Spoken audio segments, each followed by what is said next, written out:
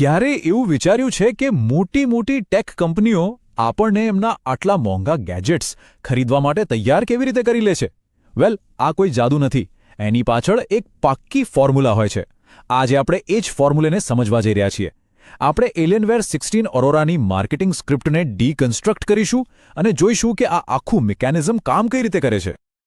આ જો પહેલી જ લાઈન, આ ખાલી એક વાક્ય નથી, પણ એક બહુ જ સ્માર્ટ ચાલ છે. આ લાઈન તરત જ બ્રાન્ડને એક લેજેન્ડ તરીકે સ્થાપિત કરી દે છે. સાંભળનારના મનમાં સીધું જ પાવર અને સ્ટેટસનું કનેક્શન બની જાય છે. આ એક એવો ભાવનાત્મક પાયો છે જેના પર આખી વાતચીત આગળ વધશે. ઓકે, તો આ આખી પિચને સમજવા માટે આપણે એને 4 ભાગમાં જોઈશું. સૌથી પહેલાં બ્રાન્ડ પોતાની લેજેન્ડરી ઇમેજ કેવી રીતે બનાવે છે. પછી એ પાવરને સાબિત કરવા માટે તર્કનો ઉપયોગ કેવી રીતે કરે છે. ત્રીજું, એક જ મશીન 3 અલગ અલગ દુનિયાના લોકોને કેવી રીતે વેચવામાં આવે છે. અને છેલ્લે ડીલને ક્લોઝ કેવી રીતે કરાય છે. કોઈપણ પ્રોડક્ટ વેચવાની શરૂઆત ક્યારેય તર્કથી નથી થતી. એ હંમેશા લાગણીથી થાય છે. માર્કેટર્સ સૌથી પહેલાં આપણી ભાવનાઓ સાથે કનેક્ટ થવાની કોશિશ કરે છે. કોઈપણ ટેકનિકલ ડિટેલ્સ આપ્યા વગર પહેલાં એક માહોલ બનાવવામાં આવે છે. અહીં જુઓ, કોઈ સ્પેસિફિકેશન કે ફીચરની વાત જ નથી. એના બદલે એલિયનવેર એક અનુભવ ઊભો કરી રહ્યું છે. અત્યંત શક્તિનું પ્રતીક જેવા શબ્દો, એક ખાસ ઇન્ટરસ્ટેલર ઇન્ડિગો કલર અને ફ્યુચરિસ્ટિક મ્યુઝિક, આ બધું મળીને એક દંતકથા જેવો માહોલ બનાવે છે. આનો હેતુ એકદમ સ્પષ્ટ છે.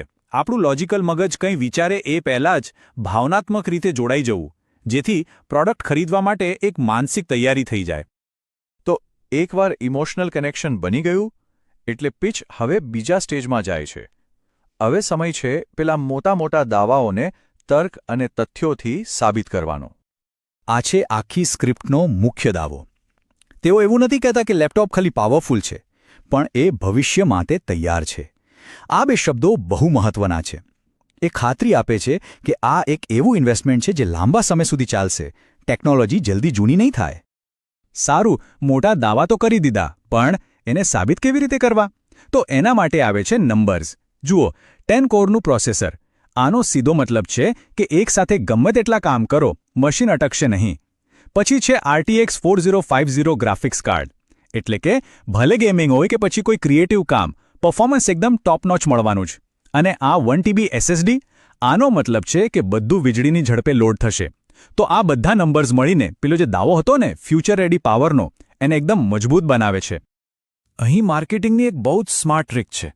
સાદી કુલિંગ સિસ્ટમને ક્રાયો ચેમ્બર જેવું એકદમ ફેન્સી નામ આપી દીધું. આનાથી એવું લાગે છે કે આ કોઈ ખાસ, એકદમ અલગ અને બહુ જ અસરકારક ટેકનોલોજી છે. આ જ તો બ્રાન્ડિંગની તાકાત છે, જે સામાન્ય વસ્તુને પણ અસાધારણ બનાવી શકે છે. આ સ્લાઇડ આખી માર્કેટિંગ સ્ટ્રેટેજીને એકદમ સાફ બતાવે છે. એક તરફ વિઝ્યુઅલ પ્રિસિઝન જેવું એકદમ આકર્ષક વચન છે, અને બીજી તરફ એને સપોર્ટ કરતી ટેકનિકલ ડિટેલ્સ.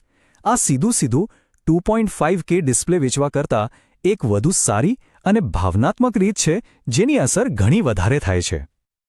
તો અત્યાર સુધી શું થયું? બ્રાન્ડે એક લિજેન્ડરી વાર્તા બનાવી અને પછી નંબર્સથી એની શક્તિને સાબિત કરી. પણ આટલું પૂરતું નથી.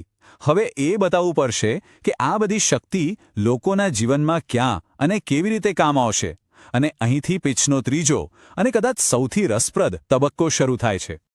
આ સ્ક્રિપ્ટની સૌથી હોશિયાર વાત એ છે કે એ એક જ મશીનને 3 તદ્દન અલગ પ્રકારના લોકોને વેચે છે.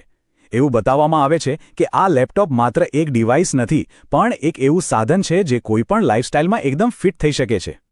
જે લોકો ઘરે લેપટોપ વાપરે છે એમના માટે આ લેપટોપ એક પ્રીમિયમ એન્ટરટેનમેન્ટ બીસ્ટ છે. અહીં ટકાઉપણું અને લાંબા ગાળાના ફાયદા પર ભાર મૂકવામાં આવે છે. એને એક એવા રોકાણ તરીકે રજૂ કરાય છે જે આખા પરિવાર માટે વર્ષો સુધી મનોરંજનનું કેન્દ્ર બની રહેશે. હવે ઓફિસમાં કામ કરનાર વ્યક્તિ માટે આખી વાત જ બદલાઈ જાય છે. અહીં ગેમિંગ કે મનોરંજનની કોઈ વાત નથી. વાત છે પ્રોફેશનલિઝમની. સ્લીક ડિઝાઇન, લેટેસ્ટ કનેક્ટિવિટી અને એક સાદું કીબોર્ડ જે મીટિંગમાં કોઈનું ધ્યાન ન ખેંચે, આવી બાબતો પર ફોકસ કરવામાં આવે છે. અને ત્રીજી દુનિયા છે પ્રોફેશનલ્સ અને ક્રિએટર્સની. એમના માટે આ લેપટોપ એક પોર્ટેબલ સ્ટુડિયો જેવું છે. અહીં ફોકસ છે જબરદસ્ત પરફોર્મન્સ, 4K વિડિયો એડિટિંગ કરવાની ક્ષમતા અને લાંબી બેટરી લાઈફ પર. મેસેજ સ્પષ્ટ છે. આ મશીન ગમે ત્યાં ગમે તેવું ભારે કામ કરી શકે છે. તો હવે આપણે પિચના એકદમ છેલ્લા તબક્કામાં છીએ. બધી ભાવનાત્મક અને તર્કસંગત દલીલો રજૂ થઈ ચૂકી છે. હવે સમય છે આખી વાતને સમેટીને સેલને ફાઇનલ કરવાનો. સ્ક્રિપ્ટની છેલ્લી લાઇનોમાં આખી પિચનો સારાંશ આવી જાય છે. એ બ્રાન્ડનો ભાવનાત્મક વારસો, લોકોની મહત્વાકાંક્ષી ઓળખ અને પ્રોડક્ટની તર્કસંગત શક્તિ. આ ત્રણેયને ભેગા કરીને એક એવું મજબૂત પેકેજ બનાવે છે જેને ના પાડવી મુશ્કેલ બની જાય છે. અને બરાબર આ જ સમયે જ્યારે મગજમાં પ્રોડક્ટની વેલ્યુ એકદમ સ્થાપિત થઈ ગઈ હોય ત્યારે કિંમત બતાવવામાં આવે છે. આ ટાઈમિંગ બહુ જ મહત્વનું છે. જો કિંમત શરૂઆતમાં જ બતાવી દીધી હોત તો કદાચ તે વધારે લાગત, પણ હવે આટલી બધી વાતો પછી એક સારો સોદો લાગે છે. આ સવાલ આપણને વિચારવા પર મજબૂર કરે છે. શું આ કિંમત ખરેખર એક જબરદસ્ત ઓફર છે? કે પછી આખી પિચ એટલી અસરકારક હતી કે હવે આ કિંમત પણ વાજબી લાગી રહી છે? સાચા અર્થમાં આ જ એક સફળ માર્કેટિંગની નિશાની છે. તો આ છે એક સફળ ટેક પિચની 4 સ્ટેપની ફોર્મ્યુલા. પહેલા, ભાવનાત્મક હૂકથી શરૂઆત કરો. પછી તર્ક અને નંબર્સથી એને સાબિત કરો.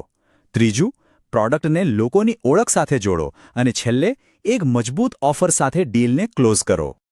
છેલ્લે એક વિચારવા જેવો સવાલ. હવે જ્યારે આપણે જાણીએ છીએ કે આ જાહેરાતો કેવી રીતે બને છે, તો શું હવેથી આપણે તેને એક અલગ નજરથી જોઈશું? આ ફ્રેમવર્કને સમજવાથી આપણે ફક્ત જાહેરાતોને વધુ સારી રીતે સમજી નથી શકતા, પણ એક વધુ સ્માર્ટ અને જાણકાર ગ્રાહક પણ બની શકીએ છીએ.